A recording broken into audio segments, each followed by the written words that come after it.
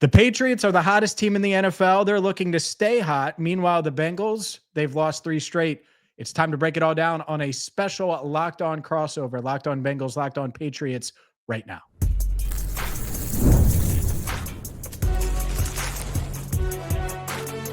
You are Locked On NFL crossover, part of the Locked On Podcast Network. Your team every day.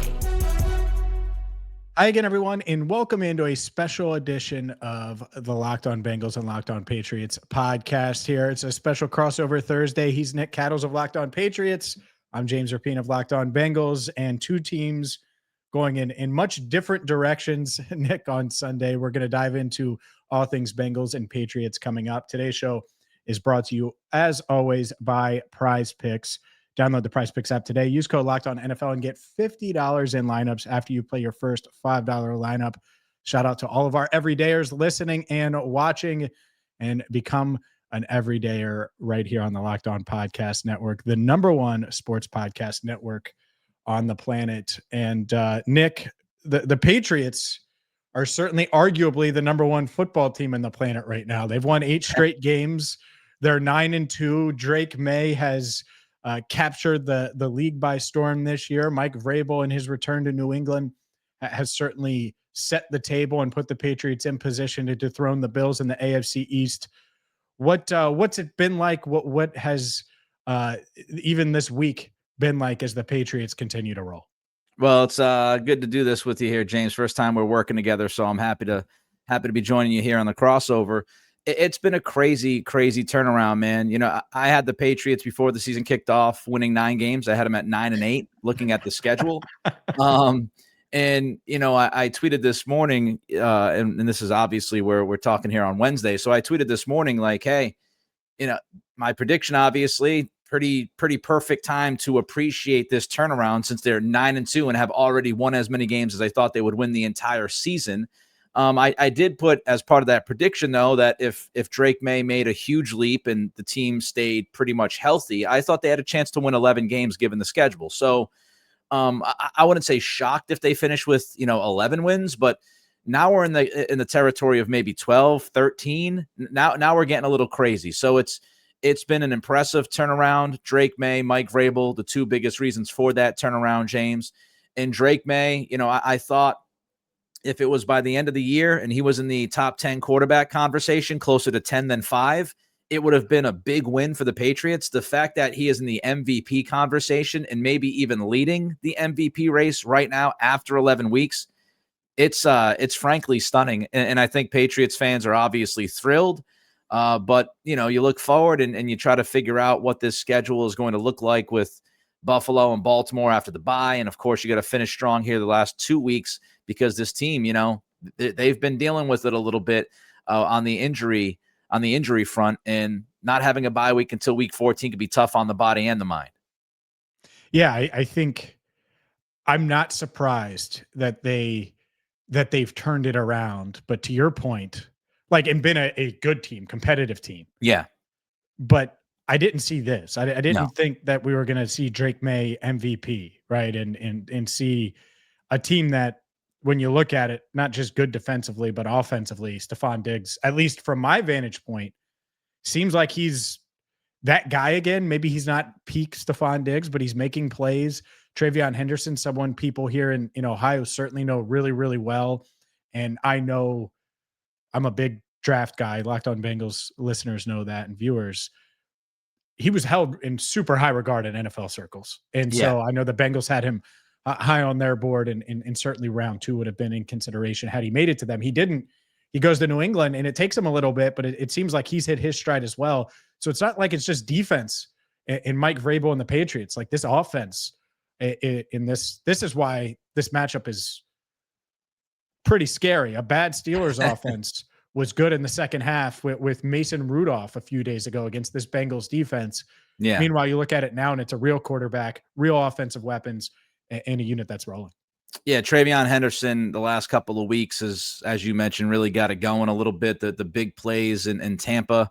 I thought, one of his touchdown runs against the Jets on Thursday night was honestly his best touchdown run of the year. Not even if you take away the flashy, big touchdown runs against Tampa. I thought one of the touchdown runs against the Jets, I think it was his first one, where he showed patience and he kind of waited for his blockers to set up and made a move and then he's in the end zone. I thought that was a pretty impressive run. One of the things with Travion Henderson so far has been, the pass protection has not been consistent. I thought he had one of his better nights against the Jets in that category. And I also think he was just showing your typical rookie season impatience. He was running into the back of offensive linemen, not taking a breath, letting things develop in front of him. He has started to do that. I think he's been much better the last few weeks. But really, James, when you look at this team, I think the biggest story is defensively this week because Milton Williams is going to be out. He's going to be out for the next 4 games, not weeks, games, because he was placed on the IR. Some people think that means 4 weeks. No, it's 4 games. So when you add the bye week in there, he'll be out the next 5 weeks, which I think tells us how significant of a high ankle sprain he has. And Milton Williams has been their best defensive player. It has not been Christian Gonzalez. It has been Milton Williams, hands down, every week. Impact player, interior defensive lineman against the run and the pass. He's been simply terrific. I mean, we're talking 6, 7, 8 impact plays almost every single week. So it's going to be fascinating to see how this defensive front 7, who have had some issues the last couple of weeks against the run, how they deal with no Milton Williams. I would imagine Christian Barmore likely replaces him at the 3 technique. The one good thing, James, is the Patriots, if you're going to lose somebody on this roster right now, due to an injury, the interior defensive line actually is really their deepest position. Kyrie's Tonga has been a revelation. What's that? I said, what's that like, having a deep defensive tackle room? Go ahead. It's a new experience for the Patriots over the past few years, I'll tell you that. But Kyrie's Tonga, who was a 1-year, free agent, kind of, low-level deal as far as money goes, just a veteran guy who I thought was going to be a run stuffer and maybe play 15, 20 snaps a game. He has been a revelation against the pass and the run. He's been excellent.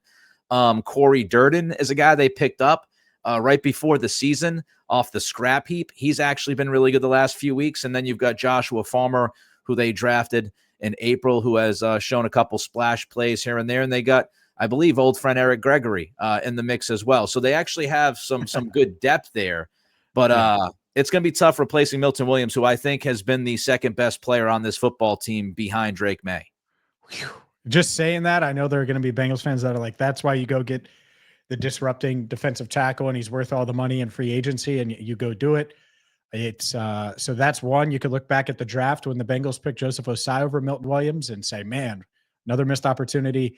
Obviously, the biggest story this week for the Bengals, though, is the Jamar Chase situation. Yeah. And him getting suspended. He obviously appealed. I'm not sure anyone really thought that he would win that appeal. I get why. I think you could make the case if you were a defense attorney as to why it shouldn't be a full game and $507,000. Well, it held up. And so now not only do we have a defense that we could get into that I'm sure Patriots fans are very aware of how bad the Bengals defense has been, but now you have an offense not just without its best player. Jamar Chase is their best player without Joe Burrow. And so without him, how do you manage that, navigate that world?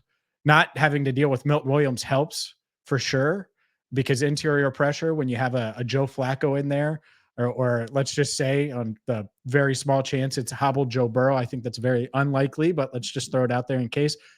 You don't want interior pressure. So I do think that's a key, but not having Jamar Chase, curious to see how this offense works because they're built around Jamar and really the quarterback.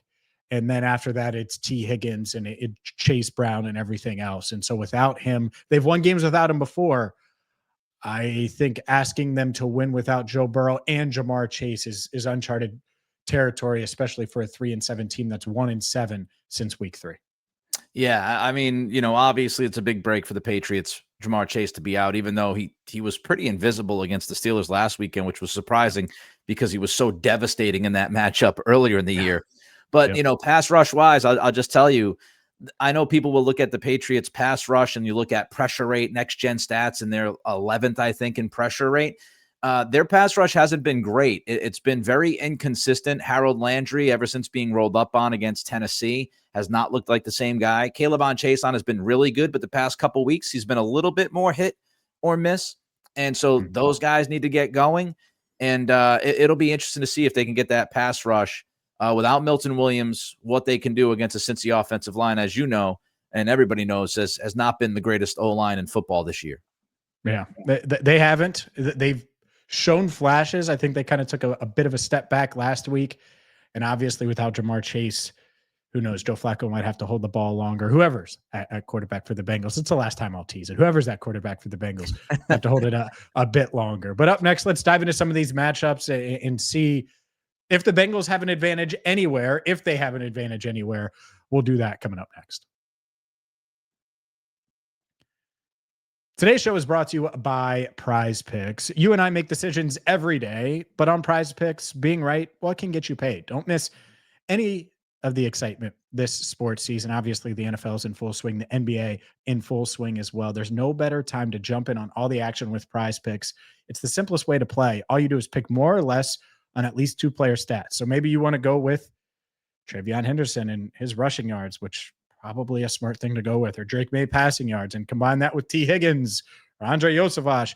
Well, you could do that. All you do is go more or less, and boom, you can start winning today. And it's not just NFL. You can do NBA as well. All you have to do to get in on all the fun is download the PrizePicks app today. Use code LOCKEDONNFL. You'll get $50 in lineups after you play your first $5 lineup. That's code LOCKEDONNFL for $50 in lineups after your first $5 lineup. PrizePicks. It's good to be right.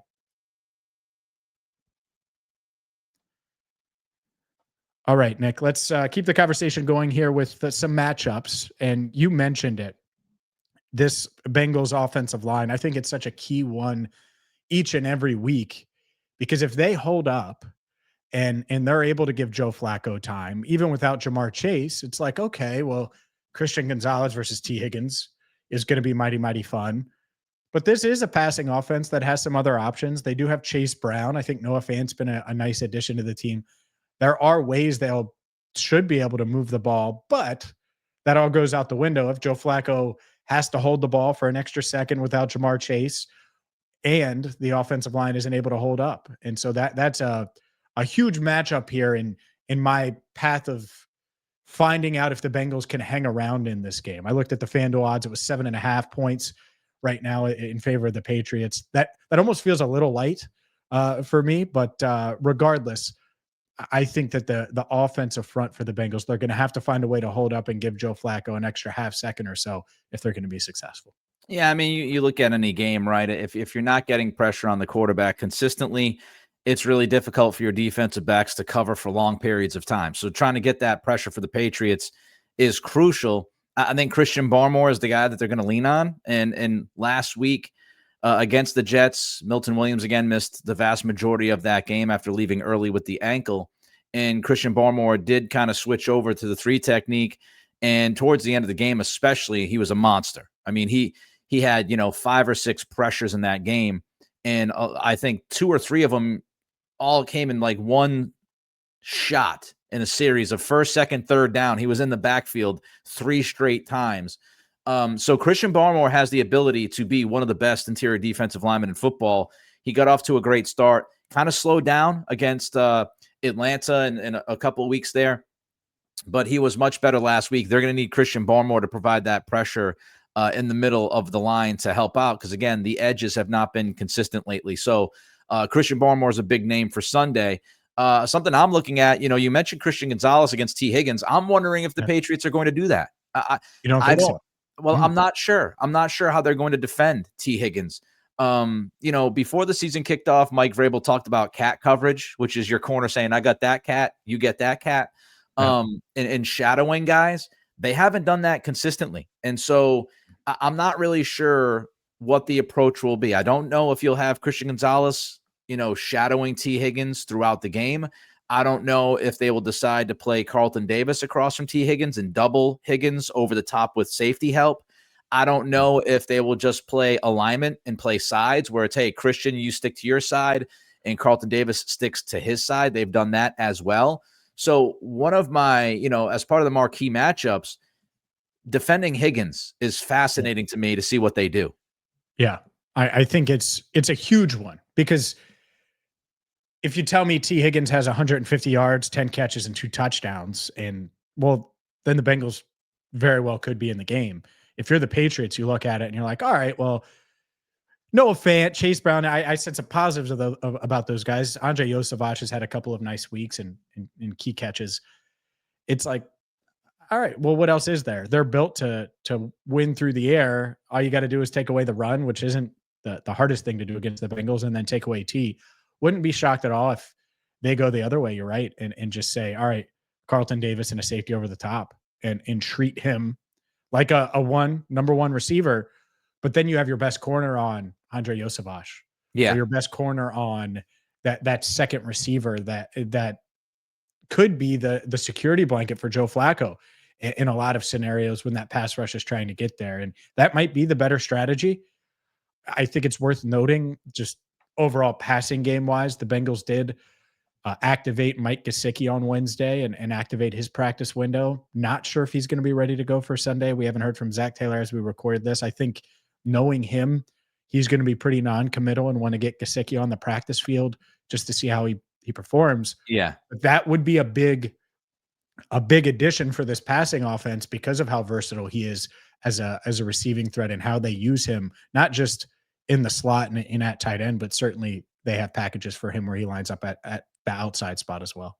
I'm sure there are Patriots fans watching this and their head starts spinning and they start getting queasy thinking about Mike Gesicki because it brings them back to the terrible years of the Patriots.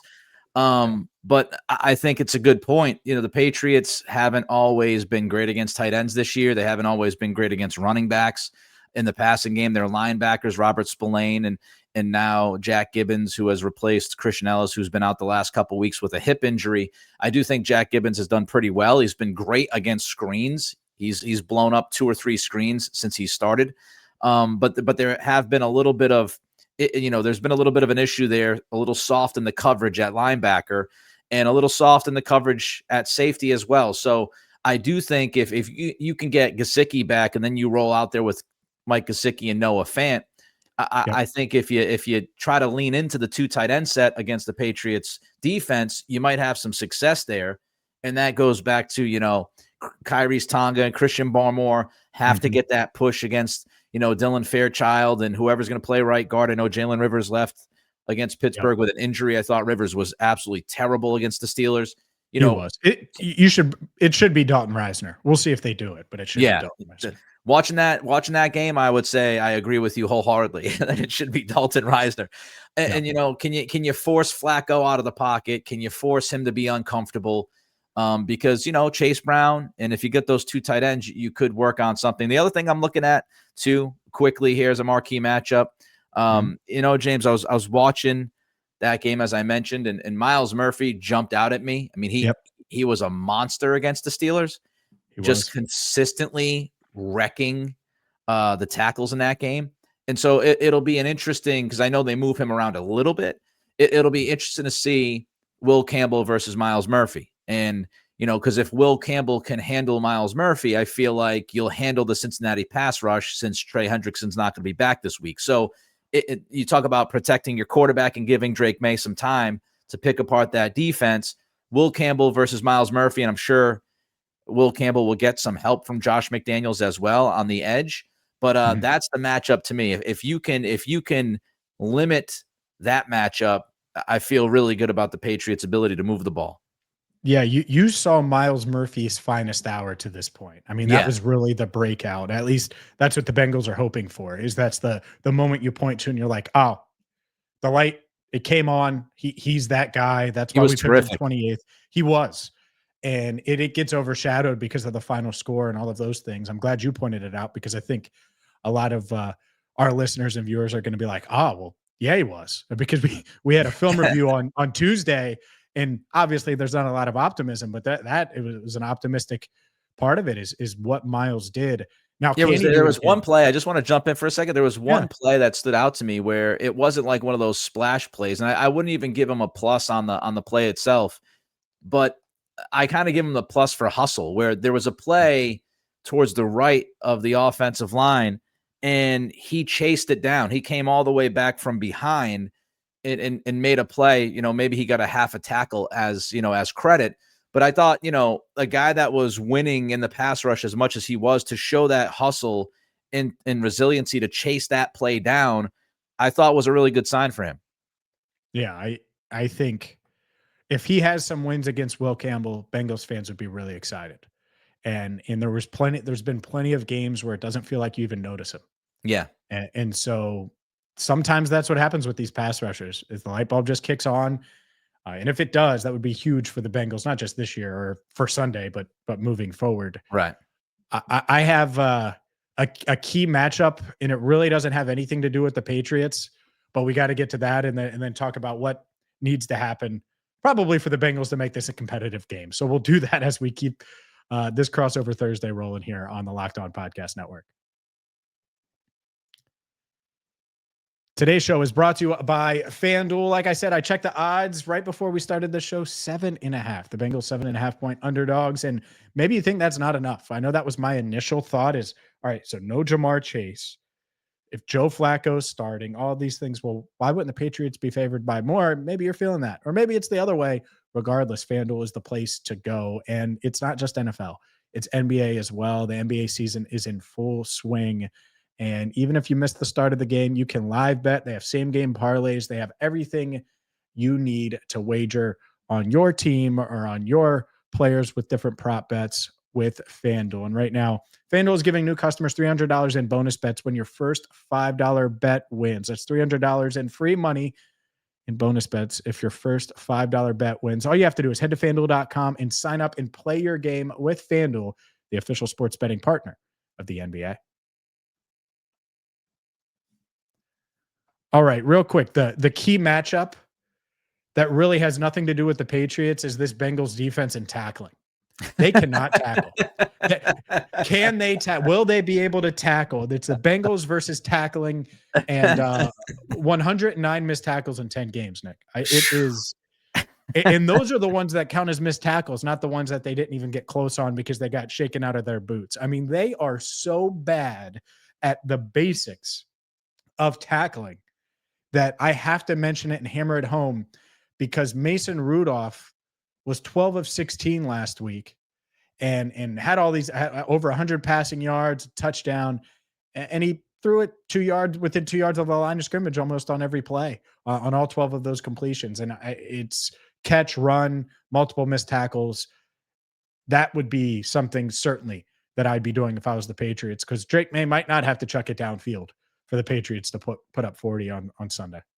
I'm glad you brought that up, because on Tuesday I tweeted at Nick C Radio. If any Bengals fans want to follow me for no reason, I tweeted yesterday. I watched Cincy Pittsburgh from Sunday. Cincy is one of the worst tackling teams I've ever watched. Borderline embarrassing. Honestly,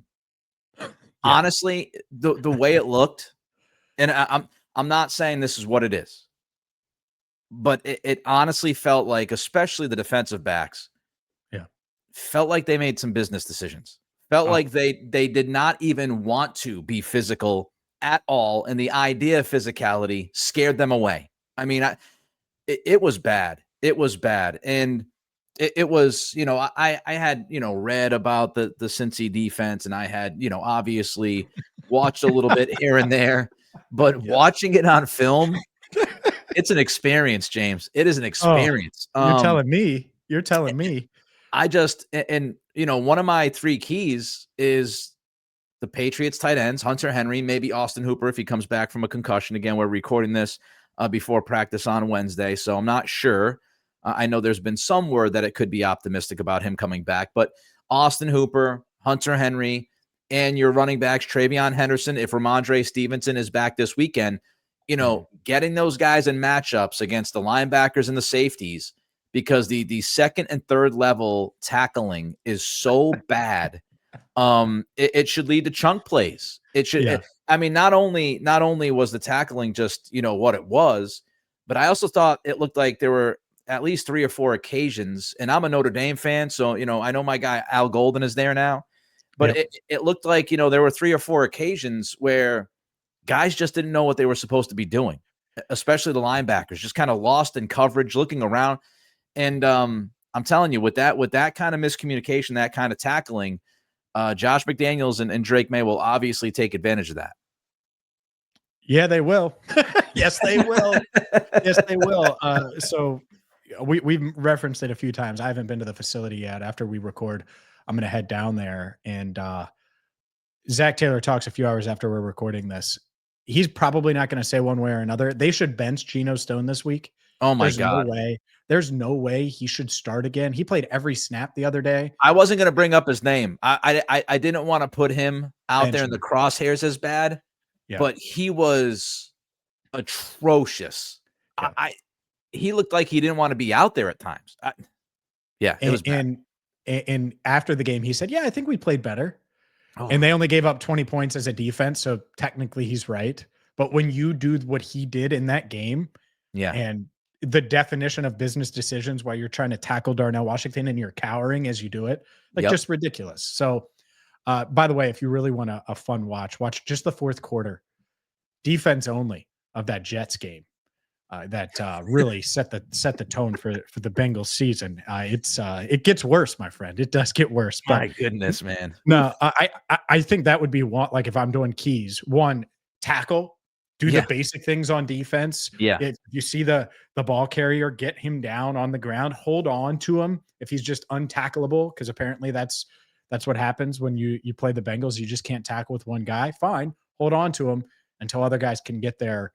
They're going to have to force some turnovers. I think that's because they're not the better team. And when you're not the better team, you're going to have to find an equalizer. And so jumping on them early, getting a pick six, forcing a fumble, doing something like that to get some momentum early would be huge.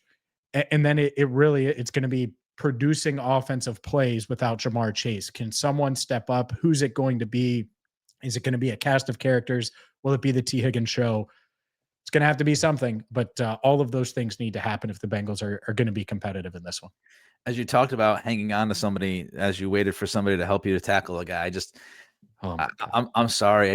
I can't shake it. I can't. Since you brought it up, you ruined me during this podcast, because now I just have these visions of what I witnessed, and there were multiple times where Cincy corners were literally hanging on a guy's cleat as he was dragging him. Yeah. But that's better than what Geno did, that is true. That is true. So you mentioned turnovers. A low bar. It's a low bar. Man. One time he just kind of ran and looked like he was like, I'm going to look like I'm going to try to get into a pile here and make a tackle on the edge, but I'm just going to kind of I don't know, rub against the dude with my chest. And it unbelievable. Was indescribable. You talked about taking care of the football, and that's one of my keys. You and I are on the same page. If Drake Maye can take care of the football, if the Patriots offense doesn't turn it over, Drake Maye should eat. I mean, he should absolutely eat in this game. And, going against teams like Atlanta, who, not the best team, but a pretty challenging defense, going against Cleveland, not a great team, but a pretty challenging defense, Tampa, pretty challenging defense.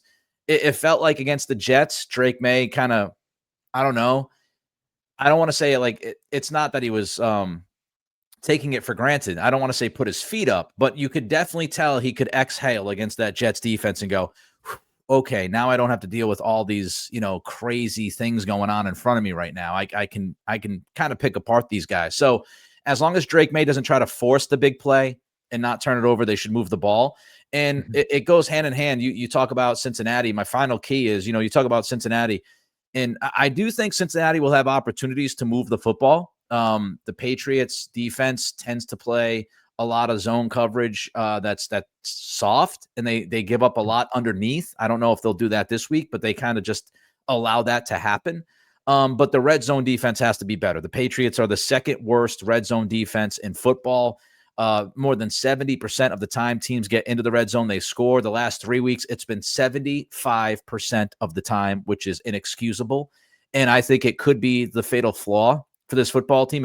If they're going to lose, aside from injuries and stuff in the playoffs and all that, and not look like the same team. I think it's going to be their red zone inefficiency. They've been terrible defensively, and they've been middle of the pack offensively. So if Cincy moves the ball, they've got to be much better inside the 20. And the Patriots, if you drive against this Cincy defense, which James, you and I both believe that'll happen on Sunday consistently, if they don't turn the ball over, you've got to finish those drives and get into the end zone. Yeah, for sure. I mean, that's huge. I mean, if they get down there, they're going to have to take advantage. They're going to have to score a bunch of points, I think, to be in this one. The Bengals have given up, I think it's up to 8 straight now, 27 points or more in 8 straight. And that's not all defense. There's been some turnovers in there, no doubt, but it's mostly defense and it's mostly missed tackles. And getting Ramondre Stevenson back, like this could be like the Ramondre Stevenson game. Last week was the Kenneth Gainwell game. It isn't necessarily the star guy. Sometimes it's the backup, and Jaylen Warren got nicked up, and that's part of it. But still, Gainwell had a touchdown on the Steelers' opening drive. So it's covering him out of the backfield would probably be a good idea. I'm just like if you're basic stuff. I mean, just leaking out, let's pitch and catch. So yeah, this it definitely doesn't look like Al Golden's Notre Dame defense from last year. No, to your point, I don't know how they salvage it, but it's a tough test, one that we're obviously going to have you covered on Locked On Bengals. Will the Patriots keep it rolling? Nick's going to have you covered all week long. And boy, oh boy, 2 teams going in different directions regardless. That's the beauty of the Locked On Podcast Network, your team every day. For Nick Cattles, I'm James Rapien. Thank you so much for watching and listening to a special Locked On crossover here on the Locked On Podcast Network.